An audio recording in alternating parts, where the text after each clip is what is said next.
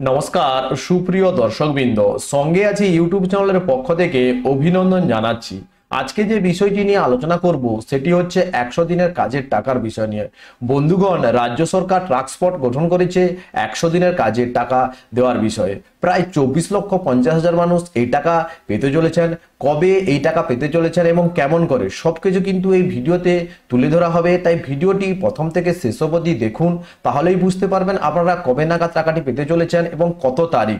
সবকিছু কিন্তু এই ভিডিওতে তুলে ধরা হবে, তাই ভিডিওটি প্রথম থেকে শেষ অবধি দেখুন।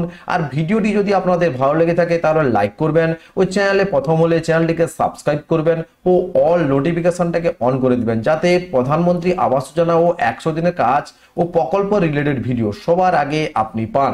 তো চলুন এখন দেখে নিই যে 100 দিনের কাজের টাকা আপনারা কবে নাগাদ পেতে চলেছেন। আপনারা এখানে কিন্তু দেখতে পাচ্ছেন যে 100 দিনের কাজের টাকা দিতে টাস্ক ফোর্স গড়ল রাজ্য।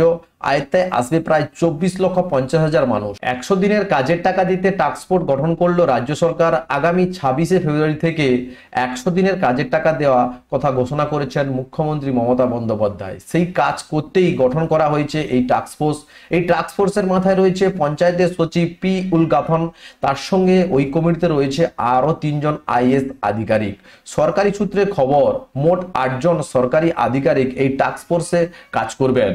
নবান্ন সূত্রে খবর, টাকা দেওয়ার কাজ নির্বিঘ্ন করতে এই টাস্ক ফোর্স গঠন করা হয়েছে। গ্রামাঞ্চলে মোট 24,50,000 মানুষ এই টাকা পাবেন। 21শে ফেব্রুয়ারি থেকে 100 দিনের কাজের জন্য 21 লক্ষ শ্রমিককে টাকা দেওয়ার কথা ঘোষণা করেছিলেন মুখ্যমন্ত্রী।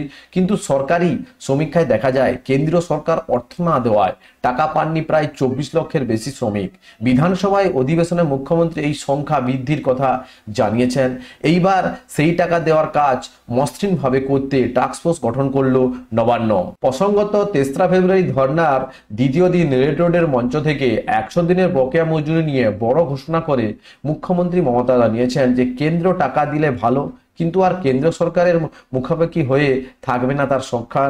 রাজ্যে যে 21 লক্ষ মানুষের 100 দিনের কাজের মজুরি বকেয়া রয়েছে তা মেটাবেই কিন্তু নবান্ন। মমতা বলেন যে 21 লক্ষ মানুষের ব্যাংক অ্যাকাউন্টে 21শে ফেব্রুয়ারি বকেয়া মজুরির টাকা পৌঁছে যাবে। 100 দিনের প্রকল্পে পাওনা নিয়ে রাজ্যের শাসক দলের তৃণমূলের বক্তব্য মূলত দুটি। এক, কাজ করানোর পরেও মজুরি আটকে রেখেছে। 2, গত 3 বছর ধরে কেন্দ্র সরকার কোনো টাকা না পাঠানোয় রেগার কাজ স্তব্ধ হয়ে রয়েছে, যার সরাসরি অভিঘাত পড়েছে গ্রামীণ অর্থনীতিতে। মমতা শনিবার স্পষ্ট করে দিলেন বকেয়ার দাবিতে তার এবং তাদের আন্দোলন চলবে। সেই তালিকায় যেমন 100 দিনের কাজ রয়েছে, তেমন রয়েছে আবাস যোজনা, সড়ক যোজনা। তিনি বলেছিলেন লড়াই তো হবেই, লড়াই তো চলবে, খেলা তো হবেই, তবে আপনাদের টাকা আমরাই দেব। 21 লক্ষ মানুষের বকেয়া মজুরি 21শে ফেব্রুয়ারি তাদের অ্যাকাউন্টে আমরাই পাঠিয়ে দেব। সেই কাজ এবার শুরু করলো নবান্ন। তাহলে আপনারা বুঝতে পারছেন যে আপনারা 21 তারিখ থেকে টাকা পেতে চলেছেন। আজ থেকে সবাই টাকা পেতে চলেছেন।